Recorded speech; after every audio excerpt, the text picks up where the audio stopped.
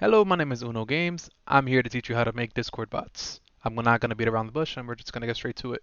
In this video, you're going to install Node.js. That's the first thing you're going to need. So in order to install Node.js, you have to go to the nodejs.org website, in which case you will install the long-term support version, which is in this case 12.18.4.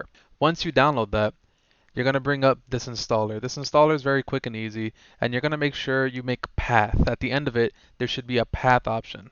Once you download the installer, you're going to go click next, you accept, next, next, next, and you're basically going to go through and install every necessary thing. You don't need Chocolatey, so we're going to just avoid that. Next, install. You're going to press yes, and you're going to continue the installation. Once you're done, it should come up with a little shield icon saying install path or something regarding path. You're going to click on that. You're going to press yes on the administration permission, and from there you're going to click finish. You've successfully installed Node.js. Moving on from there, we're going to also open up the discord.js.org website because we're going to be using this specifically for the documentation pages. We're not going to copy and paste any of this because we're going to do it ourselves. So once you install Node, once you get to the discord.js.org website, you're going to go to Visual Studio. Now you're going to install the program that's going to help you program.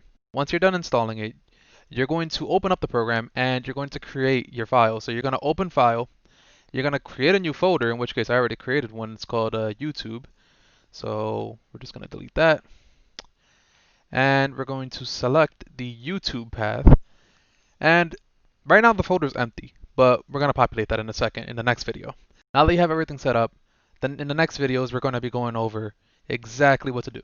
If you like this video, please leave a like, comment, subscribe, stick around. I'll be making more of these videos as people request, and enjoy.